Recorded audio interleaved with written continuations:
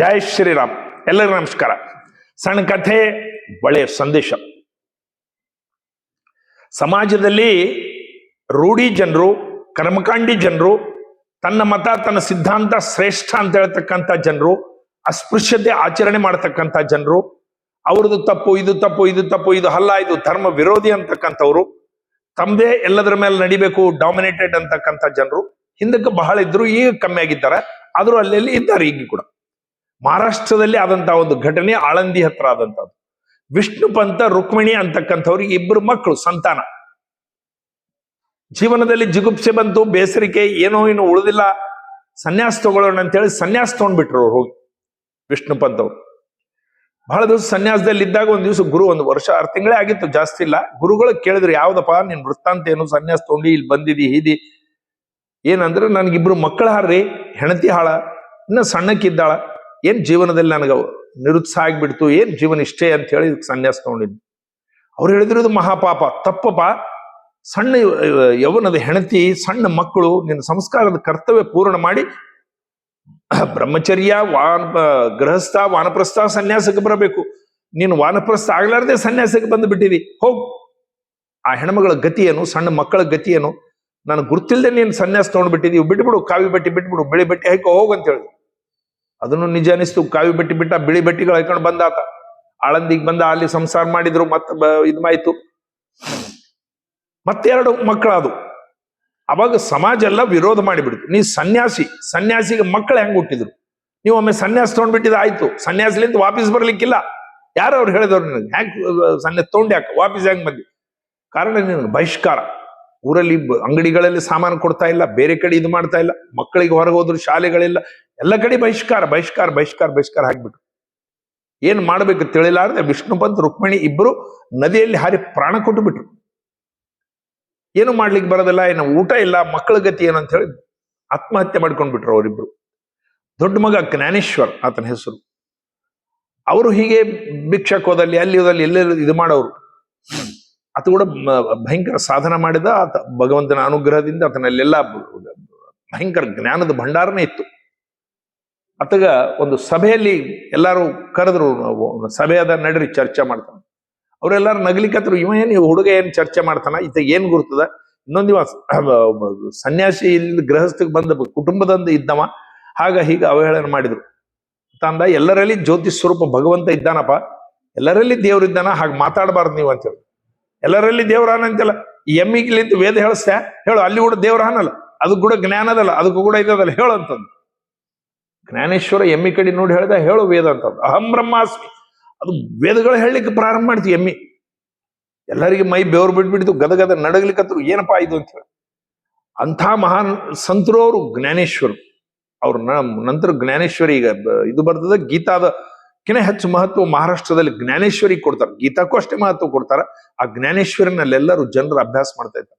ಈ ರೀತಿ ರೂಢಿ ಜನರು, ಈ ರೀತಿ ಧರ್ಮಕ್ಕೆ ವಿರೋಧ ಮಾಡ್ತಕ್ಕಂಥವ್ರು, ಯಾವುದೇ ಒಂದು ಇದರಲ್ಲಿ ಕರ್ಮಕಾಂಡಿಗಳಾಗಿ ಉಳಿತಕ್ಕಂಥವ್ರು, ಇಂತಹ ಜನರು ಬಹಳಷ್ಟು ಜನರು.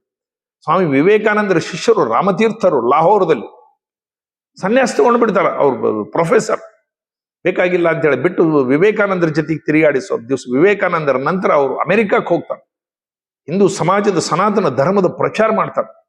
ನನ್ನ ದೇಶಕ್ಕೆ ಅವಸರದ, ಅಮೆರಿಕಾದವರಿಗೆ ಜ್ಞಾನ ಅವಸರ ಇಲ್ಲ, ನಮಗ್ ಜಾಸ್ತಿ ಅವಸರದ ಅಂತ ಹೇಳಿ ಮತ್ತೆ ಭಾರತಕ್ಕೆ ಬಂದು, ನಾನು ಭಾರತನೆಲ್ಲ ತಿರುಗಬೇಕು ವಿವೇಕಾನಂದರು ತಿರುಗಿದಂಗ ಅಂತ ಹೇಳಿ ಮೊದಲು ಕಾಶಿಯೊಳಗೆ ಒಂದು ದೊಡ್ಡ ಸಭೆ ಇಡೋಣ. ಸಭೆ ಇಟ್ಟು ಅದರ ನಂತರ ಏನಪ್ಪಾ ಅಂತಂದ್ರೆ ತಿರುಗೋಣ ಅಂತ ಹೇಳಿ ದೊಡ್ಡ ಸಭೆ ಇಟ್ರು. ಅವ್ರು ಬ್ರಾಹ್ಮಣರ ಅಲ್ಲ. ಅವಾಗ ಸಭೆಯೊಳವರು ಹೇಳಿಕತ್ತಿದ್ರು.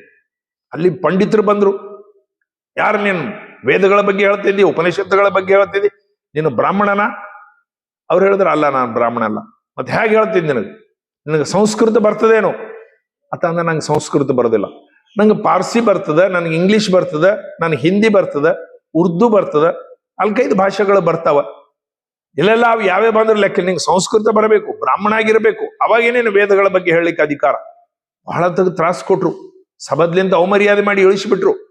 ಪಾಪ ಅವ್ರು ಬಹಳ ನೊಂದ್ಕೊಂಡ್ರು ಮನಸ್ಸಿಗೆ, ಇಷ್ಟು ಜನರು ಎದುರು ಅವಮರ್ಯಾದೆ ಆಯ್ತು, ಇನ್ನು ಏನ್ ತಿರುಗಲಿ ಭಾರತದಲ್ಲಿ ಅಂತ ಹೇಳಿ ಅವ್ರು ಹೋಗಿ ಹಿಮಾಲಯದಲ್ಲಿ ಆ ಸನ್ಯಾಸಿ ಬಟ್ಟೆಗಳನ್ನು ಬಿಟ್ಬಿಟ್ರು. ಕೊನೆ ದಿವಸಗಳಲ್ಲಿ ಒಂದು ಬಿಳಿ ಬಟ್ಟೆ ಹಾಕೊಂಡು ಆ ಹಿಮಾಲಯದಲ್ಲಿ ಅವರು ಪ್ರಾಣ ಹೋಯ್ತಂತ. ನೋಡ್ರಿ, ಅಂತಂಥವ್ರಿಗೆ ಸಹಿತ ತೊಂದರೆ ಕೊಟ್ಟಿದ್ದಾರೆ. ಇದು ವಿಚಿತ್ರವಾದಂತಹ ಒಂದು ಜನರು ನಮ್ಮಲ್ಲಿತ್ತು, ರೂಢಿ ಜನರು, ಕರ್ಮಕಾಂಡಿಗಳು, ಅದೇ 24 ಗಂಟೆ ಮಾಡೋ. ಅಷ್ಟಾವಕ್ರ ಬಂದ, 8 ಕಡೆ ಸೊಟ್ಟ ಇದ್ದ ಅಷ್ಟಾವಕ್ರ ಸಭೆಗೆ ಬಂದ. ಜನಕ ಮಹಾರಾಜರು ಕೂತಿದ್ದಾರ, ದೊಡ್ಡ ದೊಡ್ಡ ಪಂಡಿತರಿದ್ದಾರ. ಪಾಪ ಅದ ಬಗ್ಗೆ ಸೊಟ್ಟ ಏನೋ ಬಂದ, ಎಲ್ಲರ ಜಗ್ಗೆ ನಗಲಿಕತ್ರು. ನಕ್ಕ ಮೇಲಂತ ಏನೂ ಅಂದಿಲ್ಲ. ಪಾಪ ಪ್ರಾರಬ್ಧ ಹೀಗದ, ಭಗವಂತ ನಾನು ಹೀಗೆ ಹುಟ್ಟಿಸಿದ್ದ, ನಾನು ಏನ್ ಮಾಡ್ಲಿ. ಕೂತ. ಸಭೆಯೆಲ್ಲ ಇದನ್ನು ವಿದ್ವಾನ್ ಇದ್ದಾನ, ಪಂಡಿತ ಅಂತ ಹೇಳಿ ಎಲ್ಲರಿಗೂ ಹೇಳ್ಕೋತ ಬಂದ ನಂತರ ಅಷ್ಟಾವಕ್ರನ ಪಾಳೆ ಬಂತು. ಅವಾಗ ಜನಕ ಮಹಾರಾಜ್ ಹೇಳಿದ್ರು, ಅಷ್ಟಾವಕ್ರ ನೀನು ಮಾತಾಡು, ನೀನು ವೇದಾಂತದ ಬಗ್ಗೆ ಹೇಳು, ಏನಾದ್ರೂ ಹೇಳು.